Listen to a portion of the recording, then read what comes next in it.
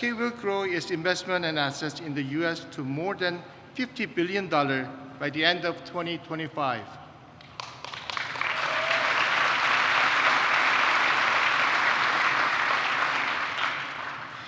Today, SK companies are in 15 states, and we employ more than 5,000 high-skilled, high-paid Americans. We plan to grow that number to 20,000 U.S. employees by the end of 2025.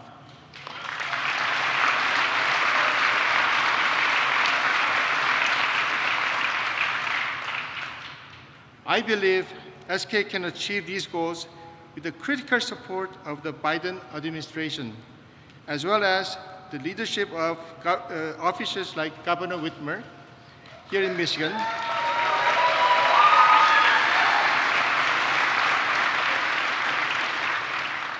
and the partnerships of the state and local governments.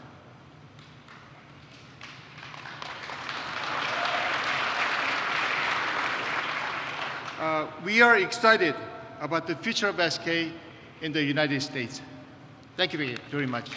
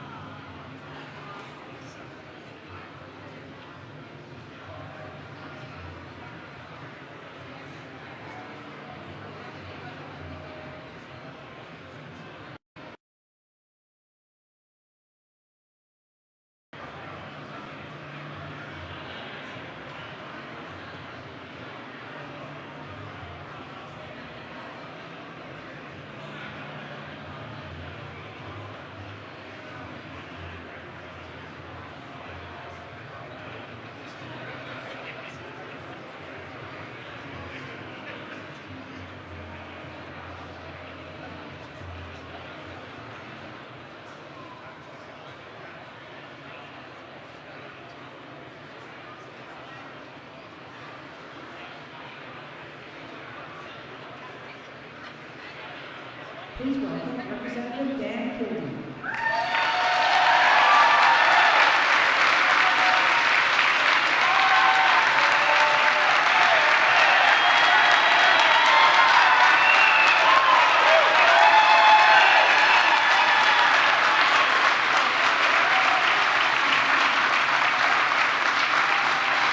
Well, thank you.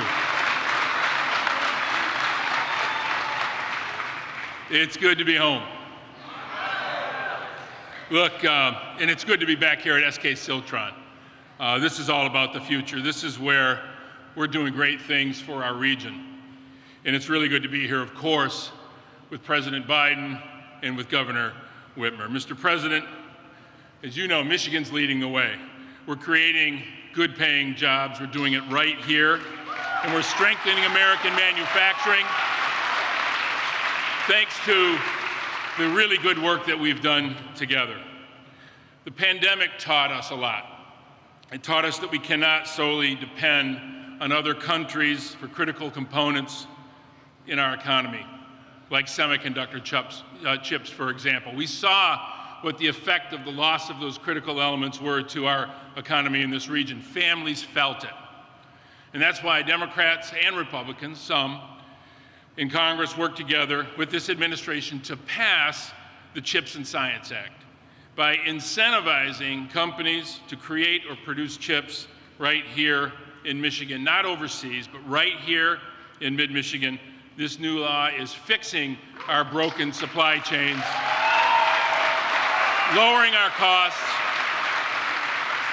and most importantly, this is strengthening our economy and strengthening American competitiveness. This new law is benefiting workers and benefiting businesses across our whole state, including right here. After the CHIPS and Science Act was signed into law, SK announced $300 million of expansion right here in this facility, creating good jobs right here in Bay County.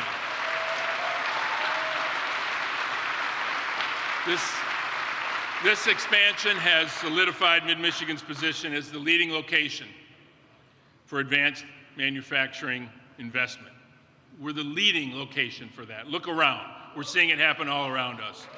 One of my top priorities in Congress has been to make sure that we manufacture things, that we make it in America. Looking at this facility again, I was here before with the governor just a couple of months ago, we see that there's a lot happening. The critical parts that go into the next generation of electric vehicles, for example. It's clear that Michigan is going to be in the center of the automotive universe, where we belong. Right, friends? With this new facility, we are once again, a century later, again, putting the world on wheels, and in this case, electric wheels. So I want to first start by commending SK Siltron for deepening its commitment to this region, to this part of the state of Michigan, to our communities. And for President Biden for having the leadership and the vision to see this policy through and actually now be here to see it implemented. People often say that Washington is broken and we can't get together and do things. But look at what we did with this. Democrats and Republicans, led by this president, investing in our own future, claiming our own future, creating our own future. When we do that, there's no limit to the good that we can accomplish. There's no limit to what the people and the workers of this region can create. President Biden saw that. SK Siltron obviously is investing in it. And this is what happens when a country decides to have an industrial policy that it puts its workers and its local businesses first. This is a success, and we all share in that. And thank you, all of you, for allowing me the privilege of continuing to work for you. Thank you so very, very much.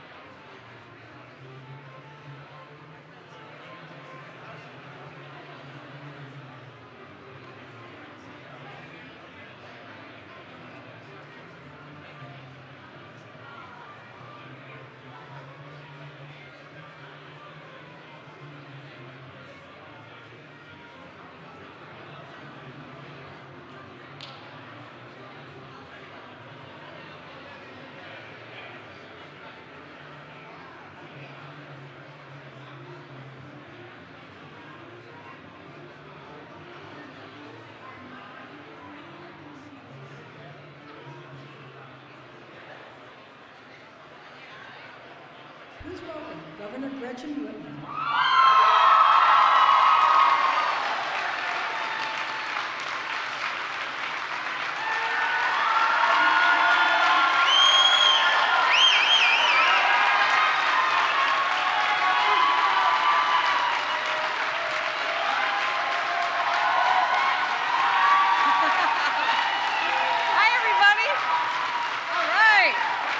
It's great to be back here at SK Siltron. Well, it is great to be back here at SK Siltron, and I want to welcome the president to be here with us in Bay City, Michigan, where things are happening, right? We are, of course, celebrating Michigan's manufacturing growth and economic momentum, bolstered by the game-changing bills that President Biden signed into law. And we are here at SK Siltron's new $300 million facility in the Great Lakes Bay region, a place with legendary manufacturing heritage. For over a century, Michiganders have been making some of the world's best cars within an hour's drive of here. And now, SK Siltron is building on that rich past by betting on Michigan's bright future. One of the world's leading semiconductor wafer manufacturers, their products are the building blocks of electric vehicles, solar panels, phones, and more. And we have to acknowledge Hemlock, which is not far from here, and I see some of my friends from Hemlock here too.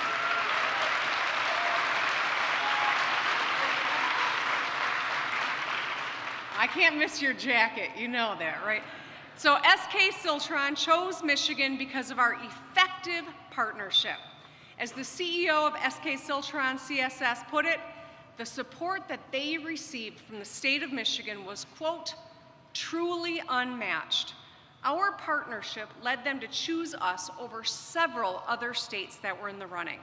They picked us because we have the workforce, the growing economy, and the business-friendly environment to help them thrive.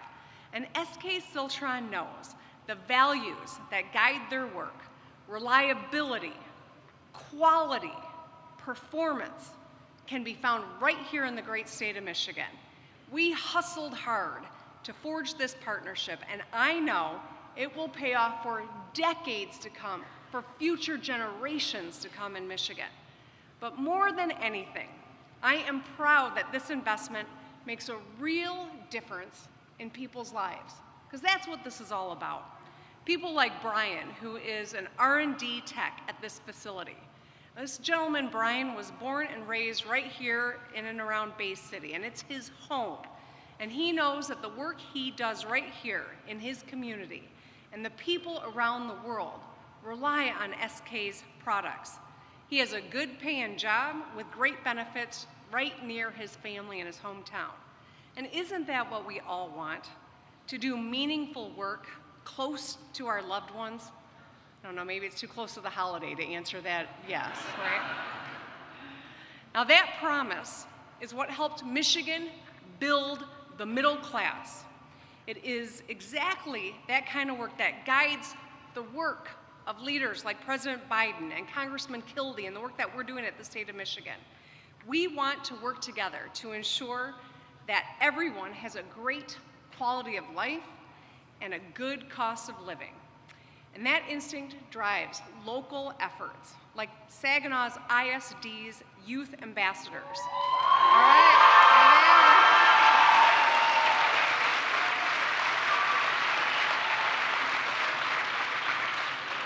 now that's a scholarship and leadership development program for local students, and it results in game-changing progress for the American people. By staying focused on the fundamentals, we are getting things done. The bipartisan infrastructure law is helping us fix the damn roads, protect clean drinking water, and connect homes to high-speed internet.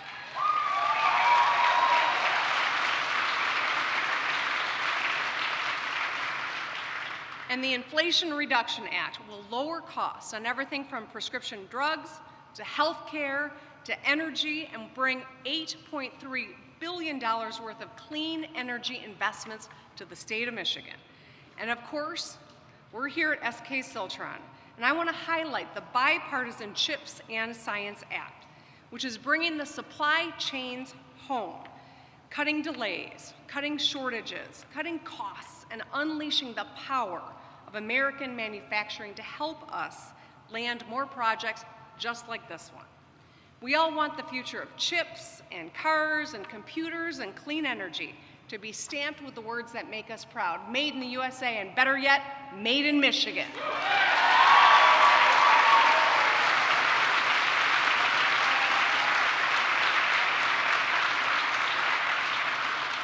The CHIPS and Science Act and companies like SK Siltron are making that future a reality. Now, I believe in Michigan, and so does SK Siltron, because we know what we are capable of here. We are a hub of manufacturing and a magnet for bipartisan progress. And thanks to leaders like President Biden and Congressman Kildee and so many other local partners, we have the resources to achieve our ambitious goals. Let's keep listening, let's keep working together, let's keep getting things done, and keep moving Michigan forward. And with that, it's my honor to introduce our next speaker, who's going to introduce the President, Jeffrey Xavier Dukes from UA Local 85.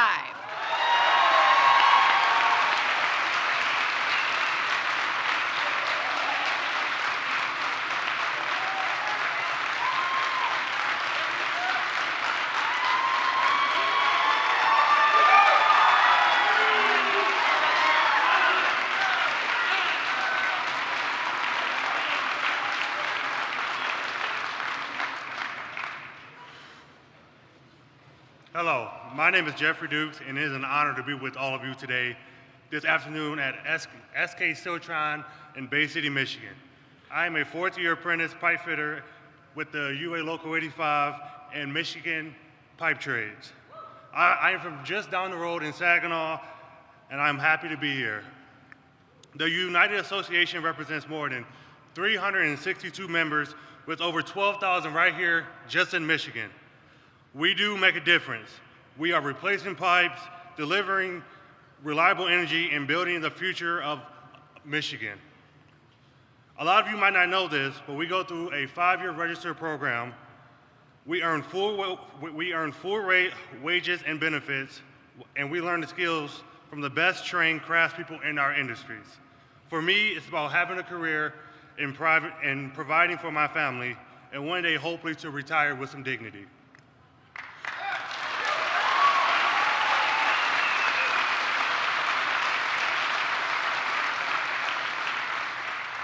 Through the union, we are also getting the training to build and maintain state-of-the-art facilities like this SK Siltron semiconductor plant. This plant matters to the people in this region. It's part of a comeback story. After a tough stretch and some tough years, we are seeing companies come back and invest across this region. That means jobs and opportunities. That means I'm playing a role in the technologies here, right in Michigan.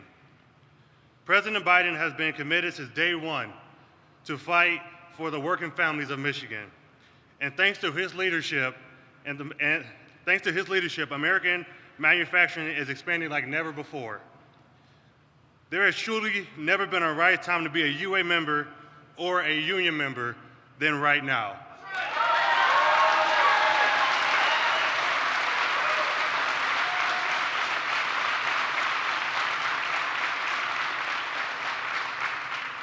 It is my great honor to introduce you, the President of the United States, Joe Biden.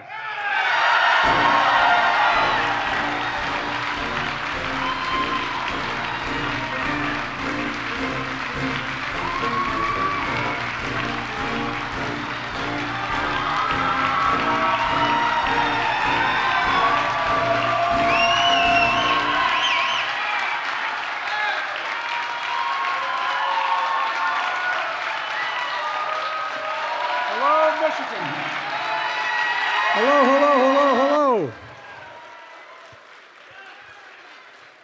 I tell you what, my mom's looking down from heaven and saying, apologize to these people because you have their back to them. I apologize.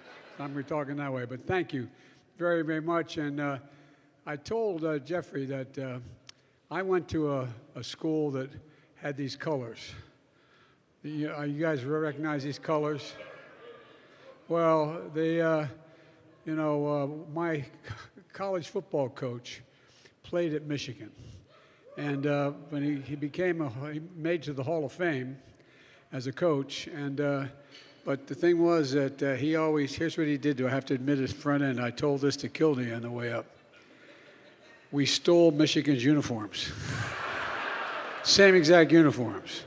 So that's why the blue and gold. Any of you are state folks, just remember, for all of you looking at the tie, it's Delaware, okay? For you from the University of Michigan, it's Michigan. Hey, it's great to be here. It really is. Jeff, thank you, Jeffrey, for your introduction. I really mean it. It's a big deal. And you're a big guy. As I told you, if I had you running in front of me when I was playing flanker back, I could have been an All-American, man. It could have been big. It could have been big.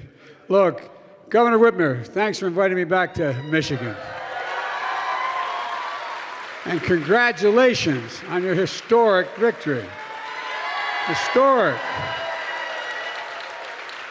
You stood for jobs, you stood for dignity, you stood for the American worker, you stood up for women's fundamental rights. You insisted on democratic values, and we're seeing here today business leaders at home and abroad recognize the importance of your leadership. And it's not a small item, it's a significant item. And Senator Debbie Stabenow and Gary Peters, both close friends, had to be in Washington today. But I want to say thanks to them because we wouldn't have got half the stuff we passed.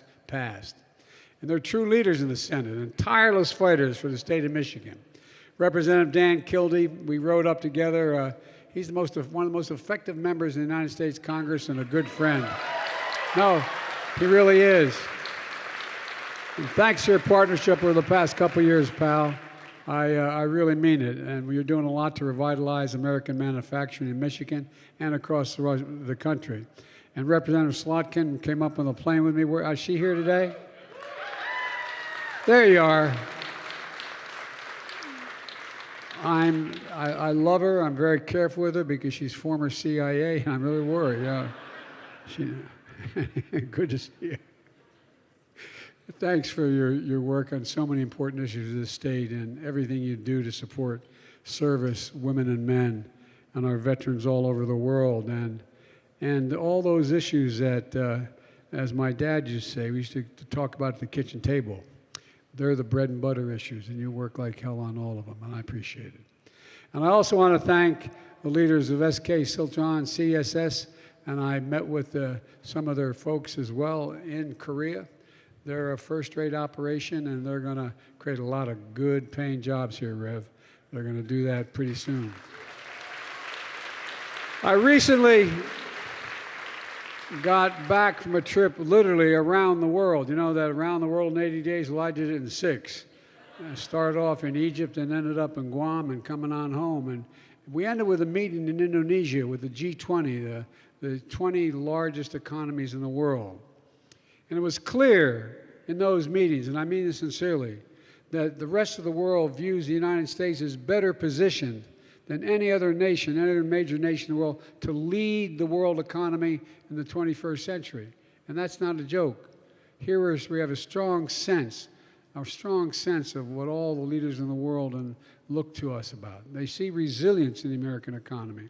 And we're seeing that here at home as well with investments like we're going to talk about today. Together, with the help of your elected leaders here today, we had an extraordinary 2 years of progress. We passed the American Rescue Plan. Now, everybody knows it, but we did so much, no one knows the effects of it yet. They're just coming into play. What that little plan did with the billions of dollars we spent is it kept tens of thousands of cops, firefighters, teachers, first responders on the job in 50 states because they lost income because of the significant reduction in employment in those states. And it provided them the money to be able to keep everyone employed. We fully vaccinated. When I came to office, there were 2 million people vaccinated. We vaccinated 220 million people, saving thousands of lives. And we're rebuilding our infrastructure. And Governor, we're fixing the damn road. When I came and campaigned for the first time she ran for governor, she ran on a platform, fix the damn roads. Was stuck in my mind. I kept my promise. We're going to fix your damn roads in a big way to the tune of billions of dollars, bridges and airports as well. And we're low on prescription drug costs. Anybody, a senior citizen on Medicare, the fact is that it won't take effect till January 1st, but from that point on, you pay $35 for your insulin, not $400 a month for your insulin. And we're strengthening American manufacturing. We've created more jobs in the first 2 years of any presidency, 735,000 manufacturing jobs. Manufacturing jobs. And we're still counting. And Michigan will once again become the manufacturing hub of the nation. And that's not a joke. Because when I got to the United States Senate as a 29-year-old kid, I had to wait a couple days to be sworn in. But when I got there, this was one of the epicenters of manufacturing. And we're addressing the climate crisis as well. The climate plan we just passed is going to reduce emissions by 1 billion metric tons by 2030. And because of our policies, gas prices are coming down. And what's most exciting about it, people are starting to feel a sense of optimism and the impact of these legislative achievements in their own lives. It's going to accelerate in the months ahead, and so many things are going to find out what we've already done that we haven't been able to actually implement yet. We're in the process of doing it. And it's part of a broader story about the economy we were building that works for everybody. You know, one that grows from the bottom up and the middle out, not from the top down.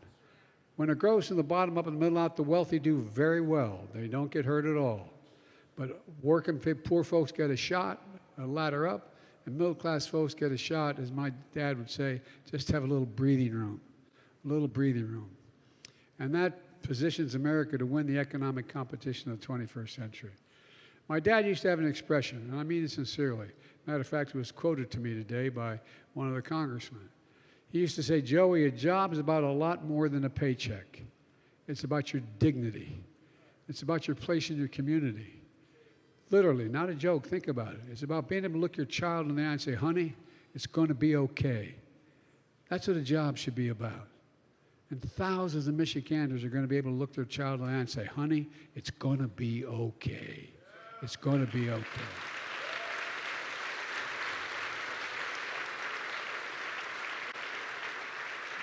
Back in July, when the chairman of SK, who's here today, came to the White House, we talked about a $50 billion investment SK is making in the United States. At the time, they wouldn't let me come down from the third floor because I was exposed to COVID. I didn't have it yet, but they were worried about me exposing other people. And so, as he said, it was like Alice in Wonderland. I'm up on the third floor in that balcony and waving to the chairman of SK saying, you are coming, aren't you? You are coming, aren't you? But look, they produce everything from semiconductors, electric vehicle batteries, to chargers, pharmaceuticals, and part of the investment is coming right here in Bay City to produce semiconductor materials for the small computer chips that power our everyday lives. Smartphones, washing machines, hospital equipment, automobiles, just to name a few. They're especially critical for powering electric vehicles, which you can use 2,000 to 3,000 chips per vehicle. And by the way, think about it. General Motors, Ford, Stellantis, all manufacturing electric vehicles made by the UAW here in Michigan.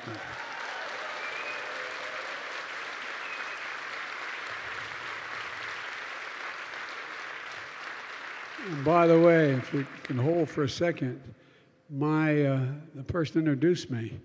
Everybody thinks, because I've been so pro-union my whole career, and I talked about this with SK in Korea and here. You're the best workers in the world. You're the most, I'm not being nice. You're the most qualified workers in the world. What most people don't know, this man here did not 4 years of college, 5 years learning his trade. 5 years working at it. They're the best in the world. I mean it. Most people don't know it. Most people that think I want to be a pipe fitter, you show up and they give you a wrench. Come on, man, I'm serious. We have the best workers in the world, the most qualified workers in the world. And by the way, you know, the middle class built America, and unions built the middle class. That's a fact. That's a fact.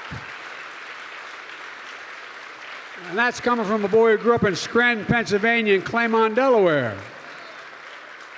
But I really mean it. We sort of forgot. We forgot how critically important the skill of the labor force we have in the United States of America.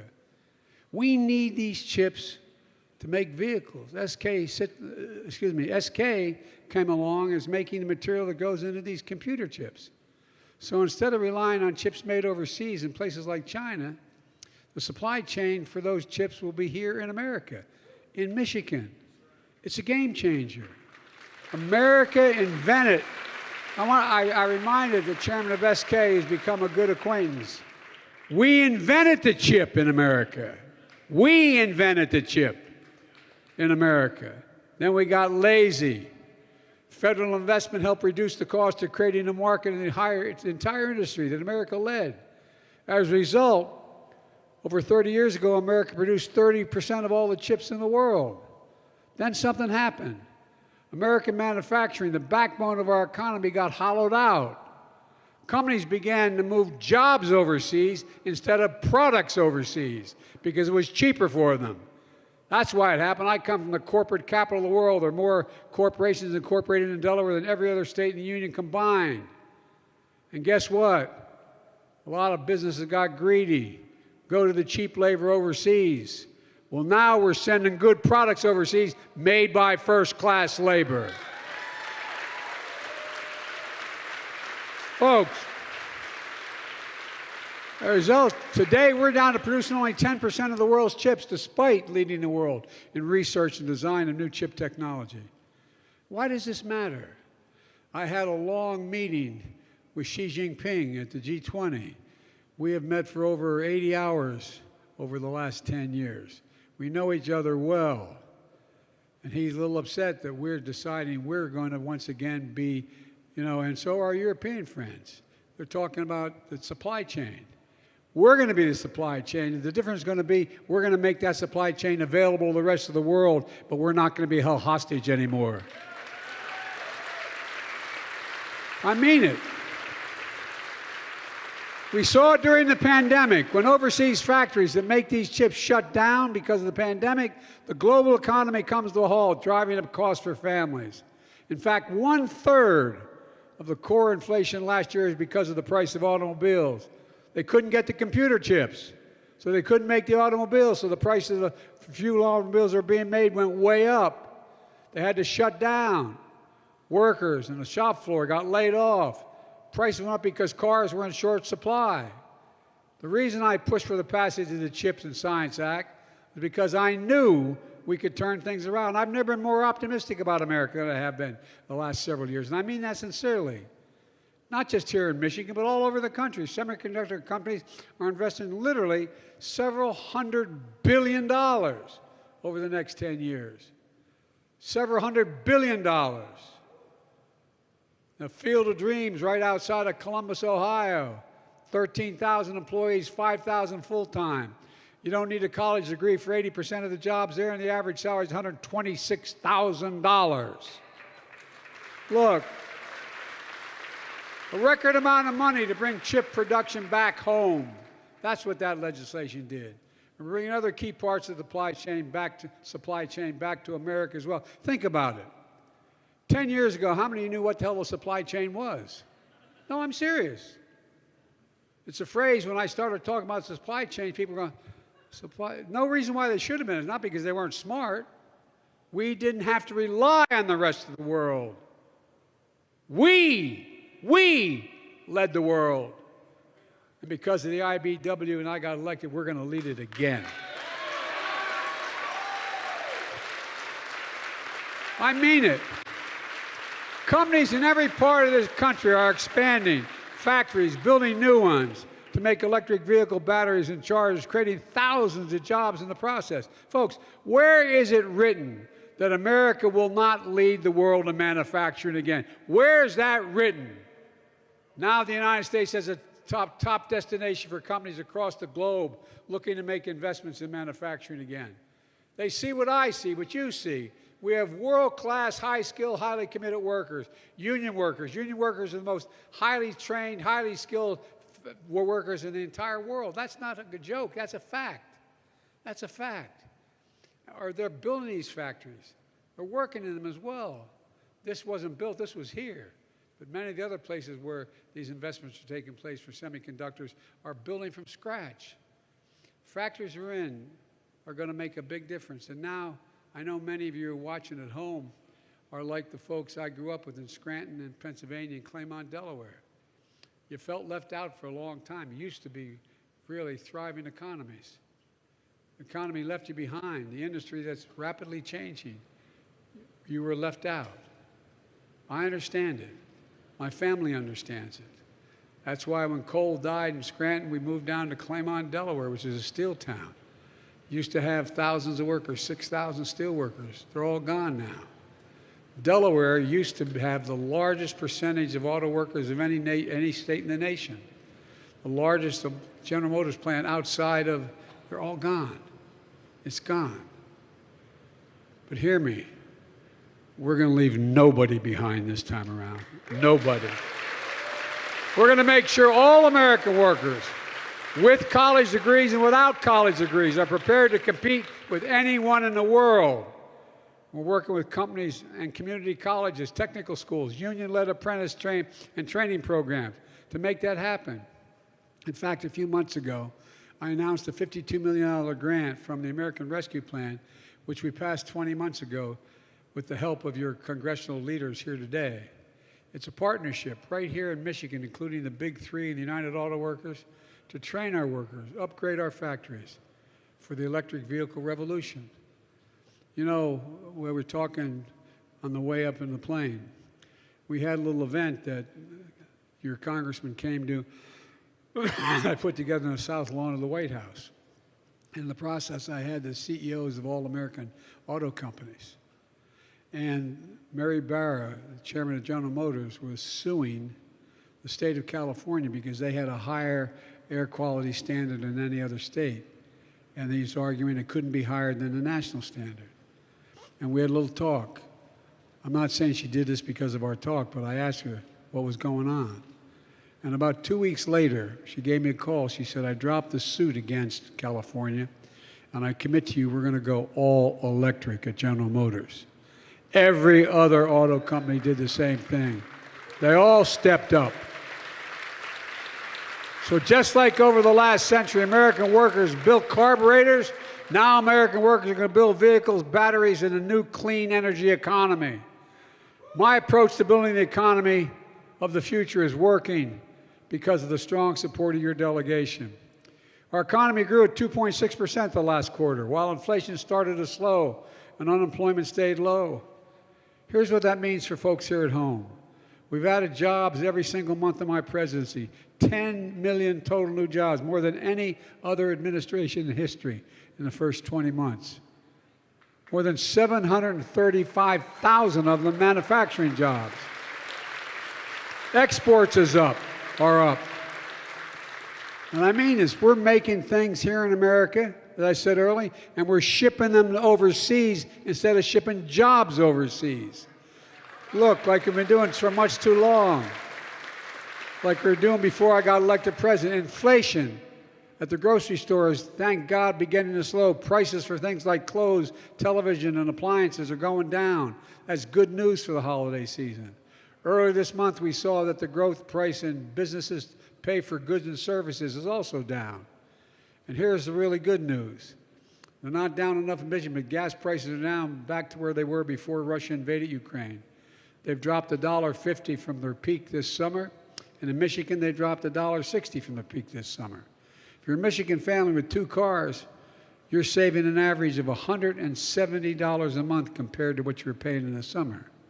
That's real money. And across the country, the common price at the pump is $2.99 a gallon. It's much higher here. And the prices continue to go down. This isn't accidental. We've been on this for months. Remember, I got criticized in the face of Putin using energy as a weapon. I took some decisive action. I ordered the largest ever release from the petroleum reserve, 180 million barrels of oil. And I rallied our international partners to come up with their fair share as well.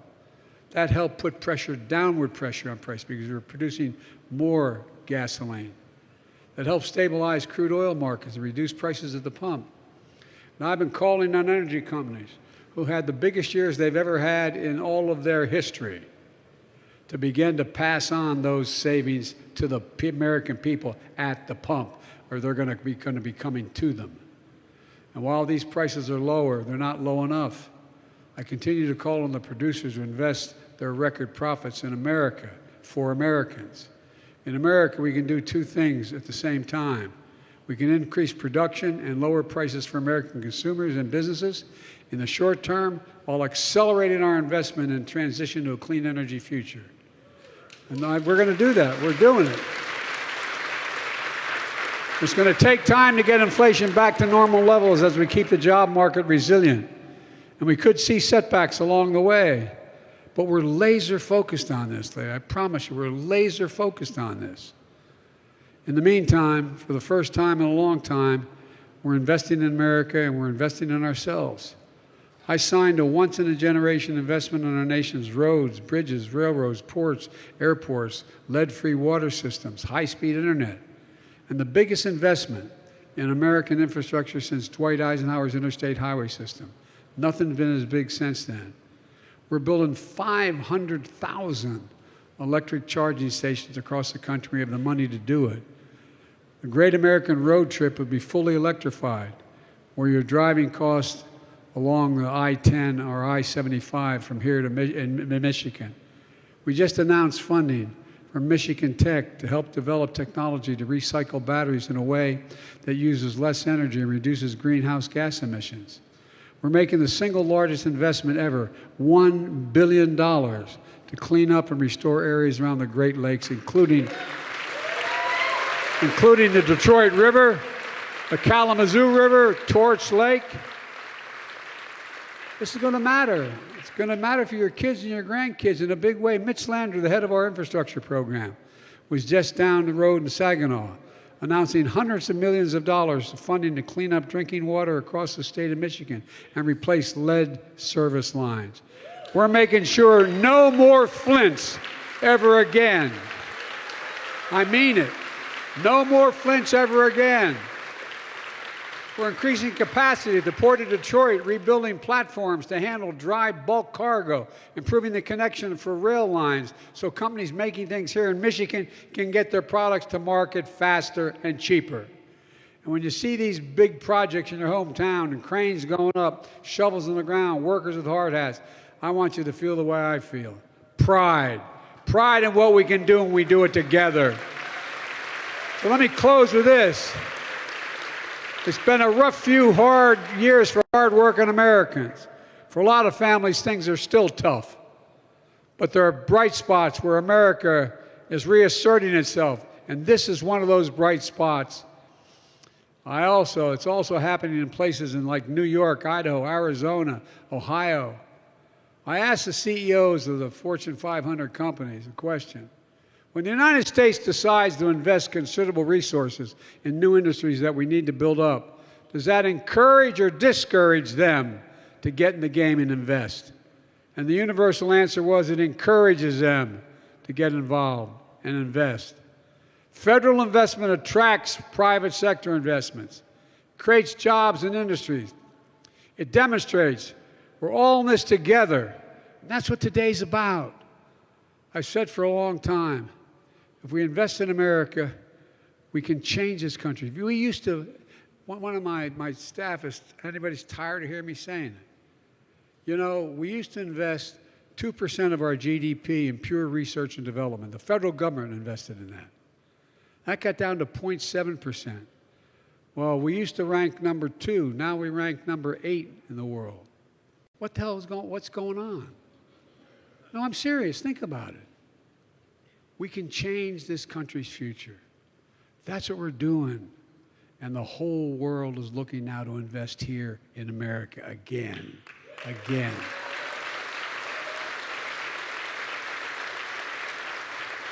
I've been determined to make things in this country again, to build American manufacturing capacity, and to make sure that we're never again in a position where we were during the pandemic. Some folks didn't believe we could do it, but I made no bones about it. I've never been more optimistic about America's future than I am today. We're building a better America. We just have to keep it going. I know we can. We're proving it's never been a good bet. It's never, ever, ever been a good bet to bet against America. Never, never, never. I mean it. It's never been. We're the only country in the world that every crisis we've come into, we've come out stronger than we went in, because it's who we are. We just need to remember who the hell we are. We're the United States of America. And there's nothing we can't do if we do it together. So let's keep this going. God bless you all, and may God protect our troops. Thank you, thank you, thank you, thank you.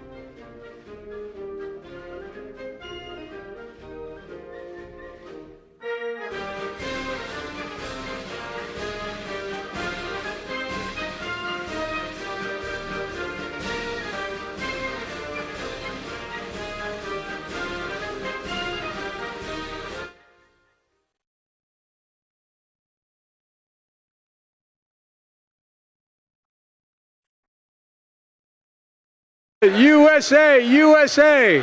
That's a big game, man. When I spoke to the coach and the players, I said, you can do this. They went, they did it. God love them. Anyway, just thought you might want to hear.